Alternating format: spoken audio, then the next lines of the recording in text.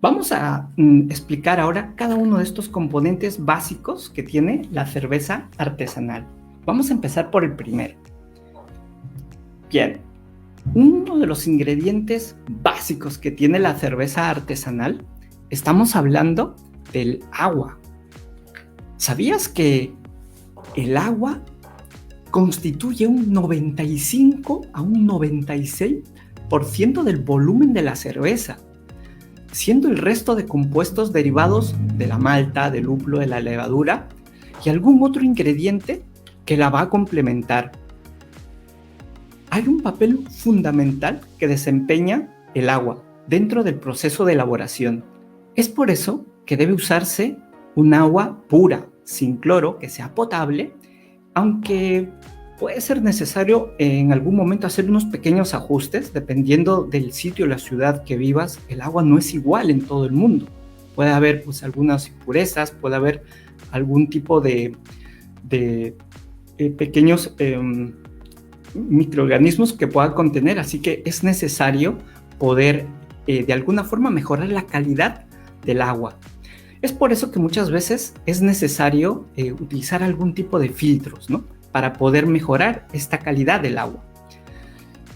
Normalmente el agua tiene que ser un agua pura, un agua potable, sin cloro, aunque puede ser necesario algún tipo de filtro que podríamos mejorar esta calidad.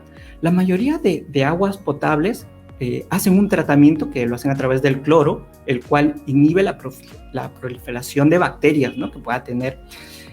Esto, de alguna forma, va a producir una calidad en el sabor de la cerveza. Cuando nosotros, hacemos hervir el agua, esto nos permite un poco esterilizarla de alguna concentración baja de algún microorganismo que pueda tener, y así también elimina los gases del cloro. Para ello será necesario usar algún tipo de filtro de carbón activo para mejorar esta calidad. En la actualidad hay distintos tratamientos físicos o químicos que se puedan utilizar, ¿no?, para, adicionar sales minerales en caso de que cuando tú la filtres y a lo mejor este filtraje ha perdido sales y minerales que debería también contener, a través, por ejemplo, de una ósmosis inversa.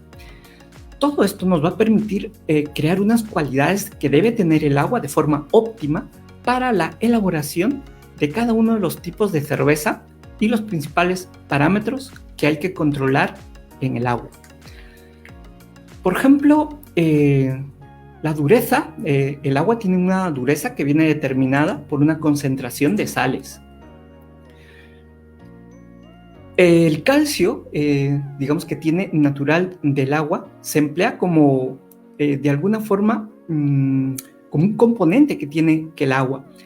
A la hora de ver la calidad del agua, el agua dura, por ejemplo, tiene una gran cantidad de sales de este tipo y es ideal, por ejemplo, para cervezas oscuras.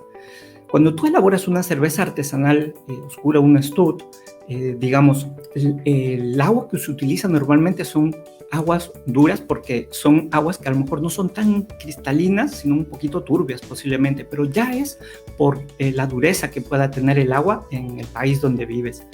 Por ejemplo, el agua blanda son pobres en sales minerales, en calcio, pero favorecen a la elaboración de cervezas claras, cervezas rubias, por ejemplo. Otro parámetro que debemos tener en cuenta es el pH.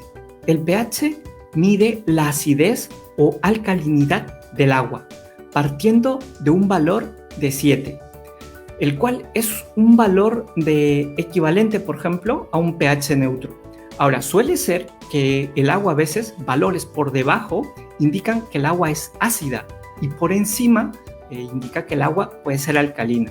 Este parámetro determina el rendimiento de la maceración que va a obtener la cerveza, es decir, el mayor o menor producto de azúcares que va a utilizar la malta, por ejemplo, a la hora de hacer el proceso de cocción.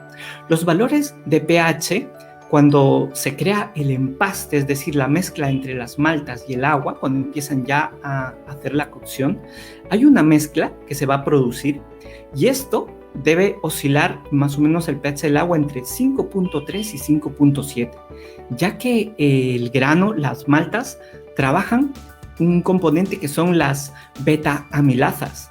Estas enzimas son encargadas de transformar los almidones de las maltosas, que son las azúcares fermentables.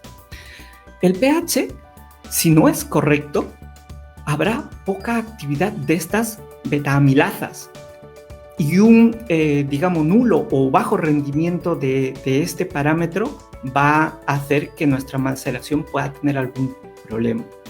Al representar el agua, por ejemplo, en un mayor volumen en la cerveza, tú sabes que a la hora de elaborar una cerveza, gran porcentaje de ella es el agua.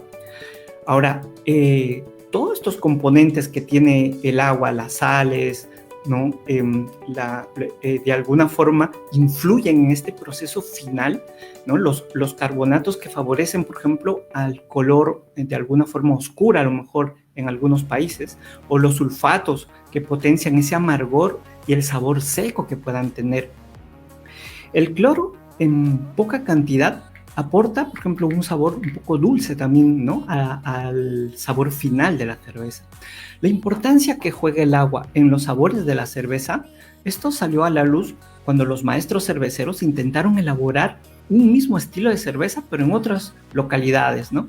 Con un resultado bastante inesperado, con lo cual no te extrañes que el hecho de elaborar una cerveza artesanal en un país y luego vayas a otro país y lo intentes replicar, muchas veces por la calidad del agua puede variar ese sabor. Es por eso que, por ejemplo, en Londres y en Dublín son famosas las cervezas suaves y negras, mientras que las cervezas, por ejemplo, de estilo Pilsen, son rubias y ligeras. Para, digamos, en estos estilos, por ejemplo, una cerveza de estilo Bulltrón es oscuro y amargo, pero todo esto depende también, ¿no? Como te había comentado, de la dureza que tiene el agua.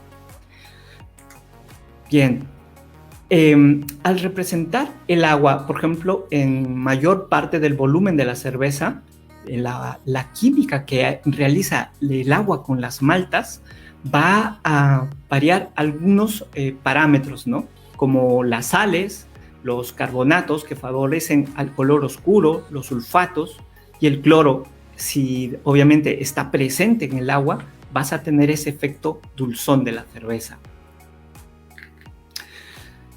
En el cuadro que te estoy mostrando, vas a ver un resumen de la concentración de los diferentes elementos disueltos en el agua de las cervezas. Esto, digamos, se produce dependiendo de las ciudades, ¿no? Y están representadas en partes por millón. Si tú te fijas en el cuadro que te estoy mostrando, tienes estilos de cerveza, por ejemplo, el Bulltrón, el Dortmund. ¿Qué pasa? Que en cada una de estas ciudades, en Dublín, Londres, Múnich, cada uno de ellos tienen un estilo de agua característico, de tal forma que dependiendo de la calidad del agua que hay en cada uno de estos países, prácticamente es preferible, digamos, de alguna forma alinearse a algunos estilos, pero dependiendo de la calidad de agua que tengas en tu país. Por ejemplo, en Burton, en Dortmund, en Dublín, normalmente, si te has dado cuenta, son estilos de cerveza un poco tostadas, ¿no? No son tan rubias las que suelen, por lo general, elaborarlos en estos sitios. Por lo cual, por ejemplo, en Burton utilizan mucho el estilo Pale Ale, en Dortmund el estilo Pale Lager, en Dublín el Stout o las Porter o las Mild Ales, mientras, bueno, incluso también podemos incluir a Londres, ¿no? Que utilizan los estilos Stout, Porter o las Mild Ales. Mientras que a lo mejor en Alemania la calidad del agua es mucho más pura, más limpia, con lo cual se utiliza, por ejemplo, las lager oscuras, ¿no? En este caso también el estilo Pilsner. Cada uno de estos componentes que tiene la cerveza, gracias, digamos, a la composición que tiene el agua, si te fijas, tiene composiciones como el calcio, el magnesio, el bicarbonato, el sodio, cloruro, sulfatos. Cada uno de ellos van variando ¿no? Dependiendo de esa calidad del agua que tienes en tu región o en tu país.